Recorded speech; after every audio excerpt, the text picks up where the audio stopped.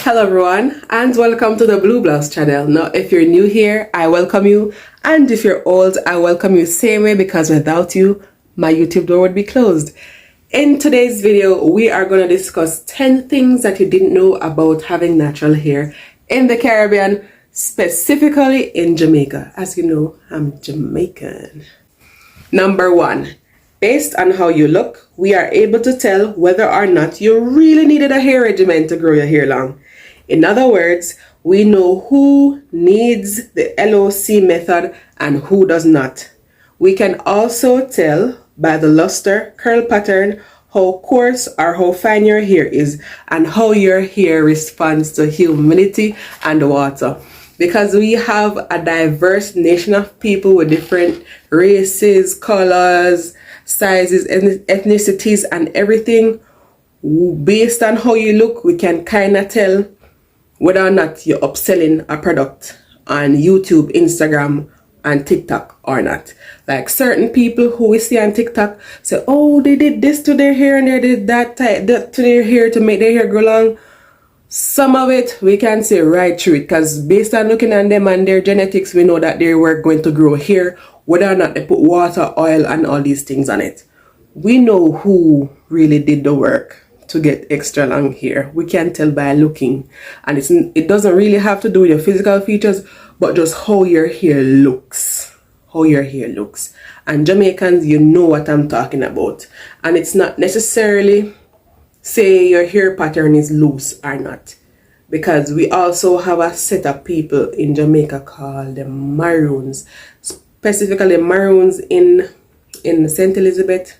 I'm telling you, they have hair that is like 4B. Like they have hair like that, and it's jet black, and it's thick, and it's coarse, and it's voluminous. So it's not necessarily how loose or how tight the hair pattern is. We just know by looking, because we have so many diverse groups of people mixed up with all kind of things here. And we just know who need the extra care and who don't need the extra care. We can see through some of those hair ads on Instagram and TikTok. Number 2 is, a lot of us can't relate to having our hair permed as toddlers, meaning going to preschool and having a chemical put in our hair.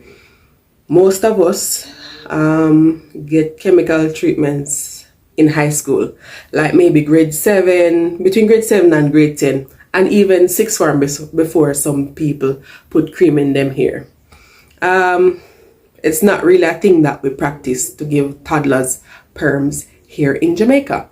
You have 1 and 2 parents who will do it, but 9 times out of 10, nobody gets a chemical put in their hair till they touch high school, which is between maybe 12 to 15 years old. Number 3, we have seen a lot of people with naturally short hair just leave their hair alone in plaits or braids, and they grow their hair long without a hair regimen. We have dozens of cousins, aunts, schoolmates that we see, they had short hair when they were smaller, and when they go to college, when they don't have time to do anything to their hair and their hair is just in plaits and braids and twists, their hair does grow long overnight. And all they did was absolutely nothing, and they didn't have a special hair regimen or anything. Just leaving a hair alone makes it grow. Number 4. The people who wash their hair less tend to have stronger strands of hair, particularly 4C. So, for example, they have a regimen like a 4-week wash day, or even a 6 or 8-week wash day. I've personally noticed people who wash their hair way less, they tend to have stronger strands of hair, and the hair tends to be longer as well. That is just something that I have observed. Probably because the majority of our shampoos and conditioners here in Jamaica are still full of sulfates, right? They're not hair friendly. Probably because a lot of the common shampoos that we can afford are still harsh. People tend to have longer wash days, and their hair is just fine, even longer than mine. That's just what I see. Number 5. A lot of us want to try popular hair brands that we see on social media, but the price here is too expensive. The only affordable brands I see here are like Cream of Nature and ORS and maybe Soft Sheen Carson. And one thing to note about those three companies that I named out, they were here long before the revolution started with the natural hair community here on YouTube. And so they would have set their prices to the needs of the Caribbean. So other brands in the US, you need to step your game up. You like have a large population of people in the Caribbean who are willing to spend their money, but based on the imports and taxes, by the time it go through customs and come here, it costs an arm and a leg. And if you have to choose between eating and your hair, I'm sure you're gonna choose food. Okay. Number 6, we've been doing protein treatments and hot oil treatments for a long time without even knowing it. A lot of us grew up with grandmothers who steamed their hair with castor oil. That was a very common practice back then and still is now. And that stale beer and egg that you steam your hair with on a monthly basis, that is also a protein treatment. And we grew up seeing a lot of protein treatments, especially with women that had permed hair, cream hair. A lot of those women steam their hair, and we just didn't have a name for it back then. All right, number 7, the stigma for having natural hair is almost non-existent. And what I mean by almost is that some of the American YouTubers that I watch here, they say they are discriminated against in the workplace because they have natural hair or because they are black or so. We don't really have that in Jamaica like that. There's a saying called dry-head pitney. That statement was prominent when people never used to oil them pitney hair, or them just never, or them grandmother comb it and it just look away. That's where the statement dry-head pitney come from. But now in the society that we live in, I don't really see stigma against natural hair. If anything, the men here, they give you compliments for having natural hair. But one side of natural hair that had a stigma once is locks. You see like how they're having sister locks now and all those type of locks, those tamed locks, those aren't discriminated against here. But back then when the Rasta movement was a whole thing with Bob Marley and all of that, people used to look down on freeform locks, that type of locks on the persons that we call the bubble dread. A lot of times when you saw a bubble dread, they're freeform locks, like you'd have just a few locks. Not like how I have my hair plaited now and people would lock the root and say whether they palm roll it or the sister lock it or whatever and say that is locks. That is not really locks, that is groomed, right? So people used to discriminate against freeform locks in Jamaica and call you a dirty bubble dread, because I know that was not a good thing, but the reality is a lot of them, because they were free spirits and they live up in the hills and so forth, they didn't really like take the time to get the lint out of their hair and stuff. But that is not really a thing now. If anything, we appreciate locks more than anything now. So if you go to school with your locks in Jamaica, once you're Rastafarian or whatever, depending on your principal, they will let you wear a tam over it. Or if you let it go, they make you put it up in one. Just like how I have a little bun here, they basically make you tie the hair out of your face, or they make you put on a tam. So it's not really a thing here anymore, or at all. Number 8, some of us look at the simplest styles that you do for formal events and we go, really? Really, that is what you're wearing to the formal event? Because some of those hairstyles that we see you rocking here on the internet, for lack of a better term, they're not properly done, those are hairstyles that we wear to our beds. So sometimes we as Jamaicans or Caribbean people, we look at you sideways, like she really put one twist or so, one twist or so, and one twist in the middle, and wrap it up and call that a updo.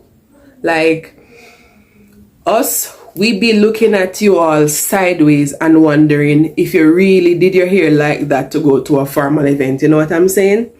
And also, piggybacking off of that, number 9, we are also shocked at the amount of money you spend to do some simple styles. Like, for example, medium size box braids. Some of your hairdressers are charging like $500 to do them, and they take in 2 days to do them. Like, if you find a good hairdresser in Jamaica here, you can literally use your frequent flyer miles, take a plane ticket, and get it done between $100 and $150. And I'm talking like length.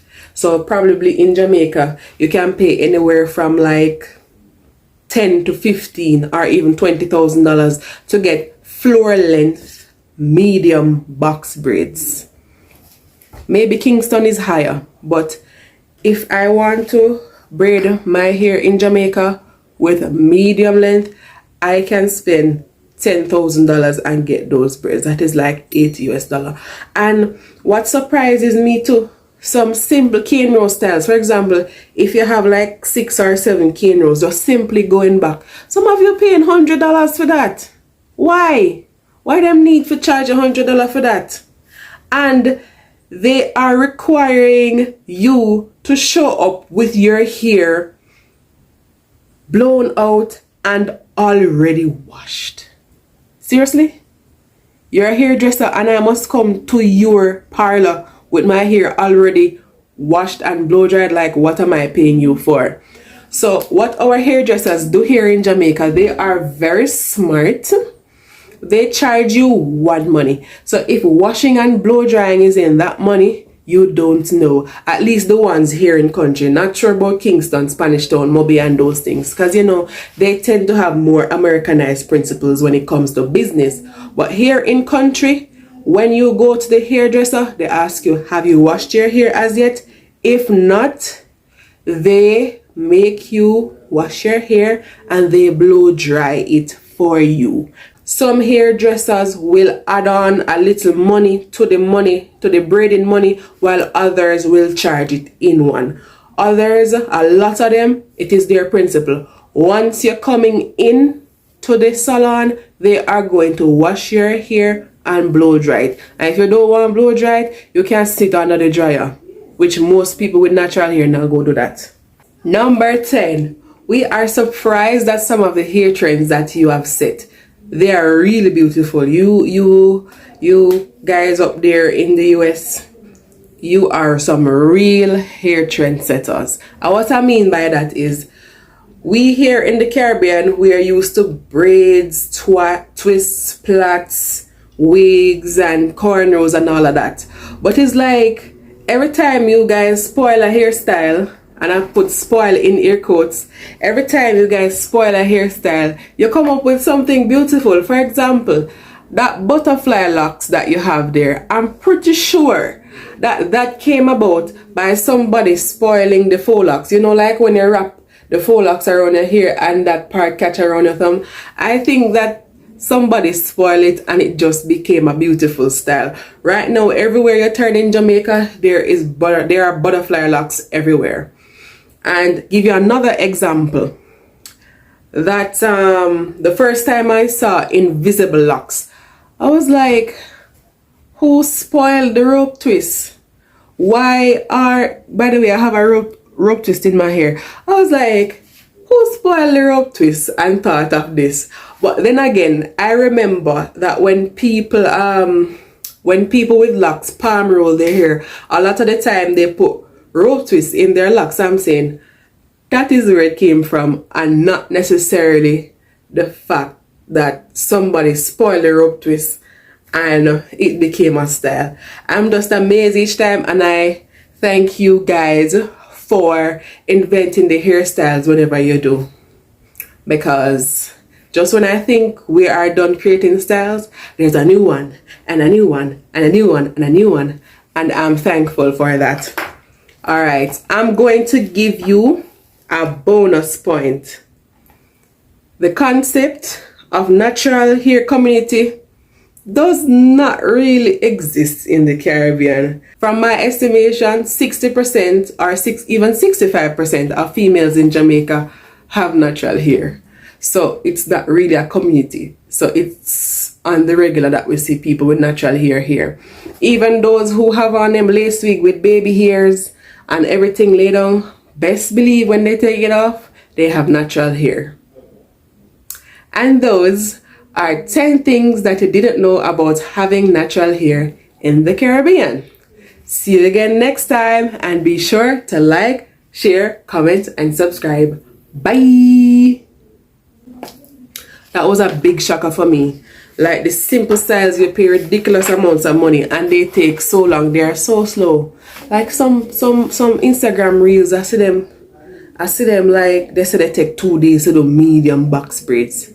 And when I say medium, I mean like 1.5 of this put together. 1.5 of this put together, and it's a little bit past the waist, and them take 2 days do it and charging you $500 or $600. Seriously? And you don't get no treatment, you hear no wash, no nothing?